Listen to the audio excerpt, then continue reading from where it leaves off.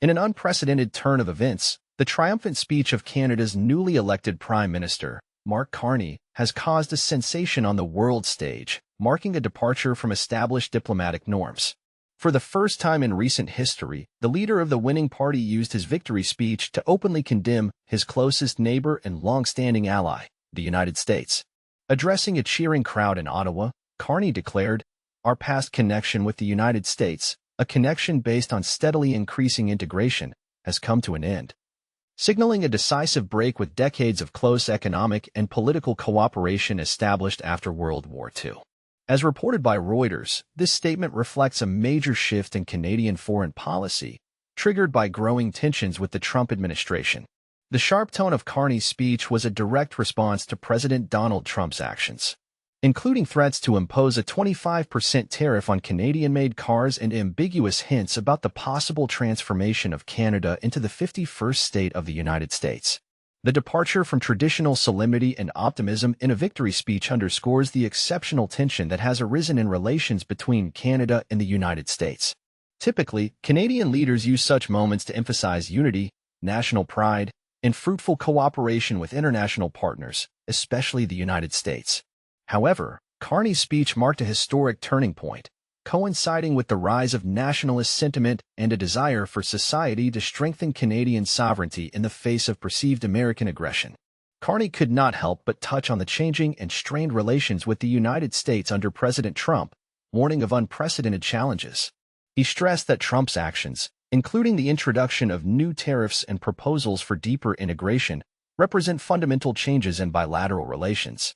President Trump's desire to weaken Canada in order to absorb it will never be realized. However, it should be recognized that the reality of the modern world has undergone irreversible changes. Observers note that Canada's position on the United States is undergoing significant changes. Prime Minister Justin Trudeau has expressed readiness to defend his country's interests in a new relationship with the Donald Trump administration. During the upcoming negotiations with President Trump, the Canadian side intends to discuss the prospects for economic cooperation and security issues between the two independent states. At the same time, as Trudeau stressed, Canada is aware of many alternative development options, in addition to focusing solely on the United States. This statement demonstrates Canada's desire for greater independence in determining its economic course. Trudeau also drew attention to the historical context of relations between the two countries. He recalled that Canada was formed as a nation in difficult conditions, sometimes facing unfriendly attitudes from its southern neighbor. In this regard, the Canadian Prime Minister expressed support for his friends and neighbors in the United States, who found themselves in a difficult situation due to President Trump's policies. He expressed confidence that through joint efforts it would be possible to overcome current trade differences and build a powerful economy focused on the well-being of all citizens. In his speech, Carney skillfully balanced between warnings and a call for unity and ambitious goals. He declared the need to overcome the differences and animosity inherent in the past, emphasizing that all citizens of the country are Canadians, and his government will strive to cooperate with all segments of society. Particular attention was paid to the principle of inclusiveness. Carney promised to represent the interests of all Canadians, regardless of their place of residence, language of communication, or political preferences. He assured that he would make every effort to protect the interests of everyone who considers Canada their home. Carney called for decisive action in response to existing challenges. Emphasizing that he is starting his journey with humility, he noted the ambition of the Canadian people and stated that now is the time for bold decisions. According to him, it is time to show courage and meet the crisis with the powerful positive energy of a united Canada, focusing on creation and development. Concluding his speech, Carney presented an image of a sustainable and independent Canada. He emphasized that the priority is to protect jobs and businesses, as well as create an independent future for the country that will make Canada even better. In these words, full of determination and faith in the future, Prime Minister Carney expressed an unwavering commitment to the values of his country, proclaiming a course towards building a strong and free Canada, striving for eternity. His statement sounded like a direct response to a series of hostile steps taken by President Trump against Canada over the past 100 days.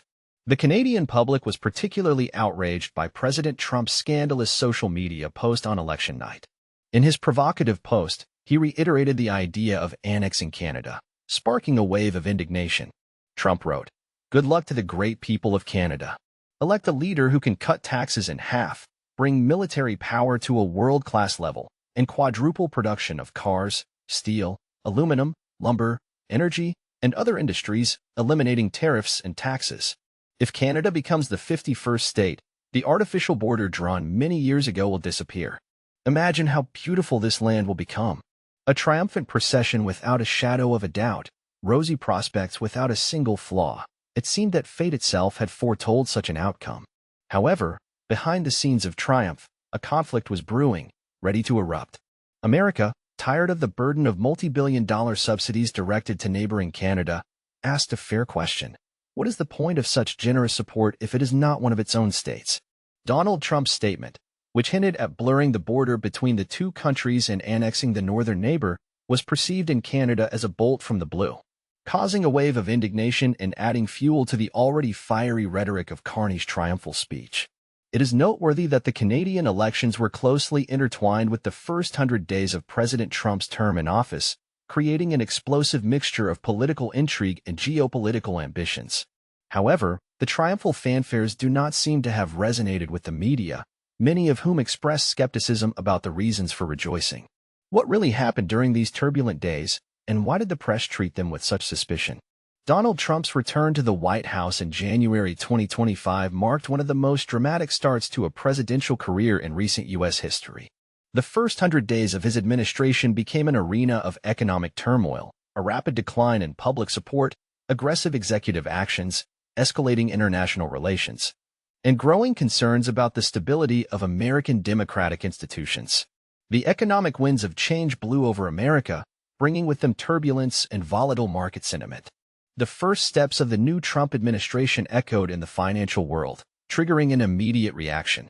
The S/&P 500, like a barometer sensitive to atmospheric pressure, plunged 7.6% during the first 100 days of the administration, marking the bleakest start for American markets since the oil crisis of the 1970s, according to the Financial Times. Of particular concern was the dizzying 10% drop in just 2 trading days after Trump announced new tariffs. This resulted in the sharpest weekly plunge since the 2020 corona crisis, causing investors to panic.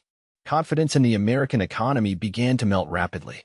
The Financial Times reported an outflow of approximately $60 billion from American stocks and dollar-denominated assets in March and April 2025. A significant portion of these funds was withdrawn by European corporations, alarmed by the prospect of Trump's increasingly protectionist trade policies. Meanwhile, the U.S. economic engine began to lose momentum. As CBS News notes, gross domestic product growth slowed sharply to an annual rate of just 0.8% in the first quarter of 2025, compared to 2.4% in the last quarter of 2024. The economy seemed to hold its breath, waiting for further decisions from the new administration.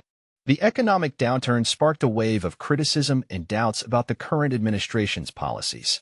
Analysts attribute the slowdown to growing trade disputes and general investor nervousness, which could not but affect public opinion.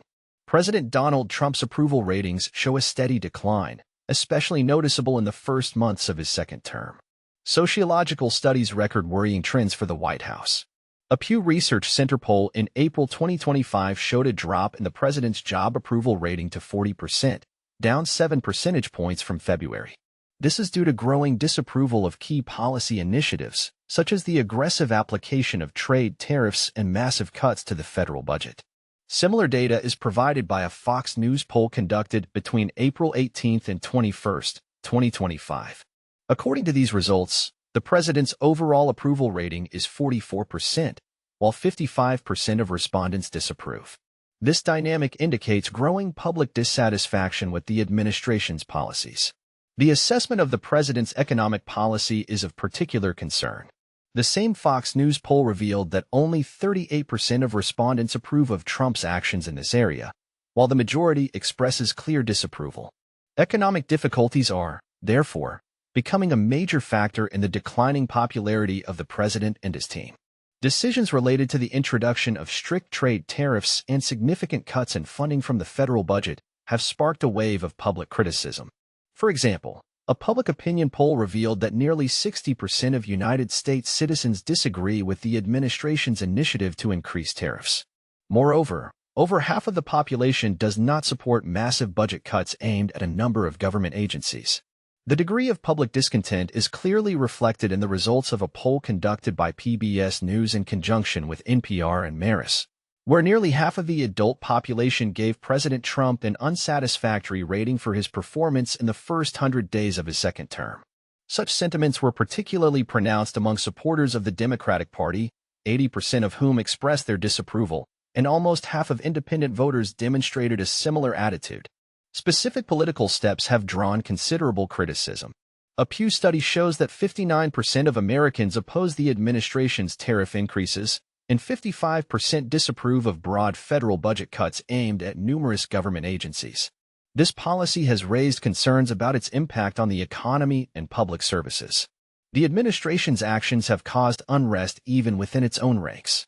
A sociological study conducted by The Washington Post in conjunction with ABC News Ipsos revealed that a significant portion of the Republican electorate, namely a quarter, believes that President Trump is overstepping the mark by resorting to measures such as suspending government agencies and mass layoffs. This internal division may portend difficulties in maintaining unity and support in the future. President Trump's second term has been marked by an unprecedented expansion of executive power.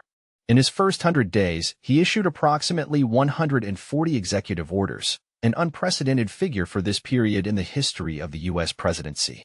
This activity has raised serious concerns among constitutional law experts and former government officials, who have seen it as a threat to democratic principles and an attempt to circumvent legislative procedures. At the heart of the strategy proposed by Trump was the Department of Government Efficiency, dubbed DOGE, headed by Elon Musk. This structure was given the ambitious task of optimizing the work of the federal apparatus. DOGE began to implement this goal with determination, carrying out a series of large-scale cuts in a number of departments, including such significant organizations as the Peace Corps and American Ore. These radical measures could not but affect their operational capabilities. Such actions have sparked a wave of legal protests from trade unions and local authorities.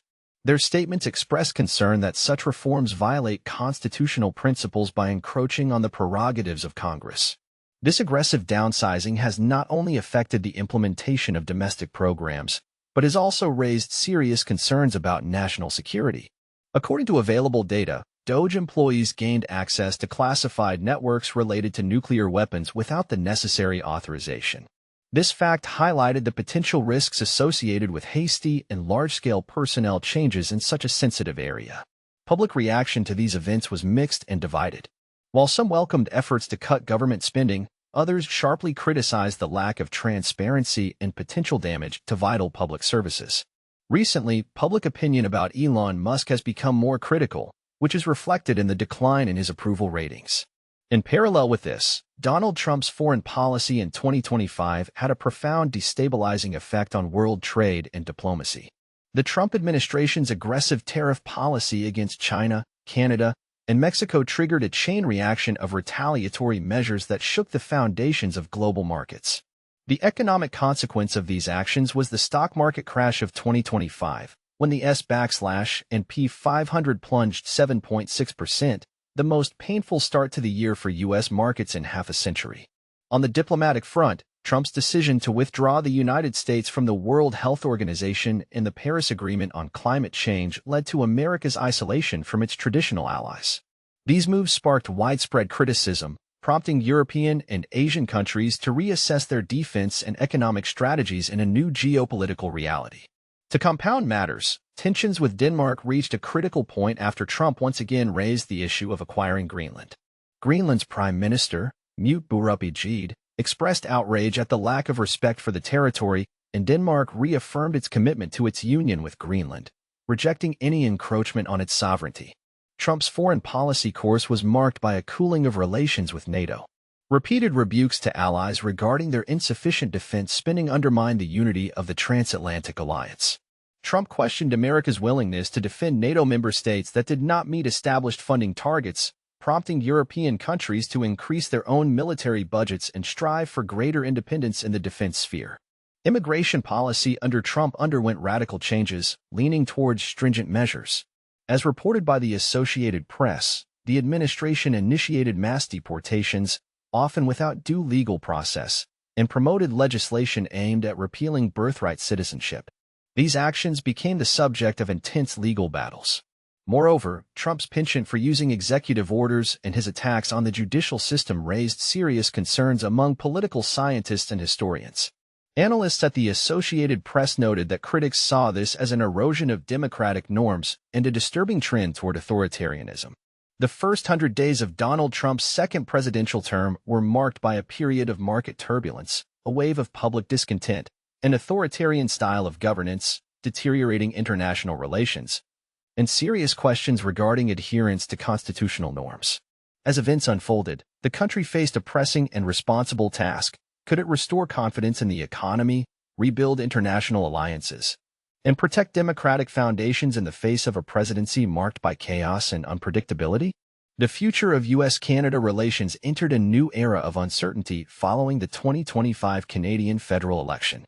Mark Carney won, leading the government on a wave of nationalist sentiment and promises to strongly defend Canada's sovereignty. Observers from influential publications such as the Financial Times, The Guardian, and The Economist unanimously assert that the traditionally close ties between the two countries are experiencing one of the most unstable periods in recent decades. Mark Carney's first speech after the election victory marked a turning point, which many saw as the beginning of a historic split. In an unprecedented move that violated diplomatic protocol, criticism was leveled at the United States. The statement signaled the end of an era of close economic integration between the two countries. According to the Financial Times, this is not just rhetoric, but a signal of strategic rethinking. The Canadian government intends to actively diversify trade ties, prioritizing Europe and Asia. The goal is to shield the economy from the unpredictability of U.S. policy and trade strategy. This shift comes amid growing tensions caused by President Donald Trump's tough stance toward Canada. In his first 100 days in office, he imposed significant tariffs on Canadian imports, 25% on automobiles, steel, and aluminum, and 10% on energy. The culmination was a provocative post on social media on the night of the Canadian election, suggesting the possibility of Canada joining the United States as the 51st state. According to the influential The Guardian, such rhetoric, until recently considered unthinkable from the President of the United States, has significantly damaged the perception of America in the eyes of Canadian society. Recent polls show a striking trend. More than 90% of Canadian citizens favor reducing economic dependence on their southern neighbor. Just a few years ago, such a level of skepticism would have been hard to imagine. The economic consequences of this cooling in relations are already being felt. As reported by The Economist, Canadian exports to the United States are experiencing a noticeable decline, while Canadian businesses are intensifying efforts to diversify markets. Ottawa is actively negotiating to expand trade agreements with the European Union and several Asian countries, seeking to compensate, at least partially, for the loss of the American market.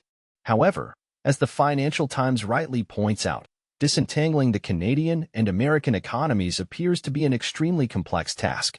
The two countries are linked by an intricate network of production chains, especially in key industries such as automotive, energy, and agriculture.